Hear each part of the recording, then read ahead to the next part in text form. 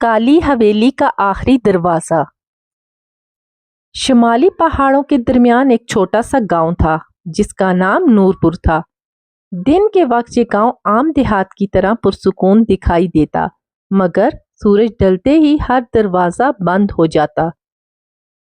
لوگ جلدی جلدی اپنے گھروں میں چلے جاتے اور گلیاں سنسان ہو جاتی۔ گاؤں سے کچھ فاصلے پر ایک بہت پرانی حویلی کھڑی تھی۔ اس کی دیواریں ٹوٹی ہوئی تھی، کھڑکیوں کے شیشے برسوں پہلے ٹوٹ چکے تھے اور اس کے ارد گرد سوکھے درخت ایسے لگتے تھے جیسے کسی نے انہیں آگ میں جلا دیا ہو۔ گاؤں والے اسے کالی حویلی کہتے تھے۔ اس حویلی کے بارے میں ایک عجیب روایت مشہور تھی۔ لوگ کہتے تھے کہ ہر جمعے کی رات ٹھیک 12 بجے حویلی کی سب سے اوپر والی کھڑکی میں ایک زرد روشنی جلتی ہے۔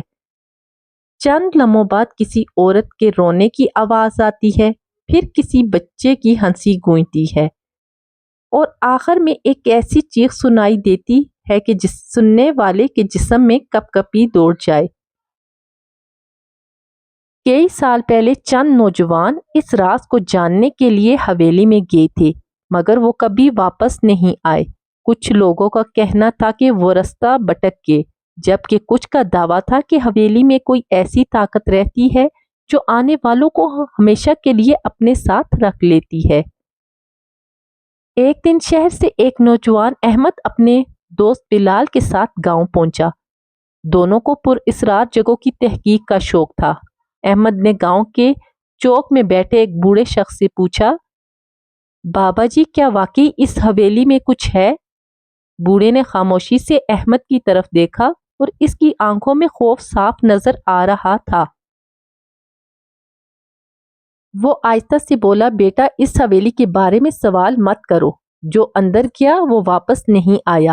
احمد ہنس پڑا، ہم صرف دیکھنے جائیں گے، کچھ نہیں ہوگا۔ بوڑھے نے گہری سانس لی اور کہا، اگر جان عزیز ہے تو آج رات وہاں مت جانا۔ کچھ دروازے ایسے ہوتے ہیں جنہیں کبھی نہیں کھولنا چاہیے۔ احمد نے بات کو مذاق سمجھا، لیکن بلال کے دل میں ایک عجیب سا خوف بیٹھ گیا۔ رات کے 11:50 ہوئے تو دونوں ہاتھوں میں ٹارچ اور کیمرہ لیے کالی حویلی کے سامنے کھڑے تھے۔ ہوا اچانک ٹھنڈی ہو گئی، درختوں کی شاخیں زور زور سے ہلنے لگی، حالانکہ کچھ لمحے پہلے ہوا بالکل بند تھی۔ احمد نے حویلی کا زنگ آلود دروازے کو دھکا دیا۔ چر دروازہ خود بخود آہستہ آہستہ کھلنے لگا۔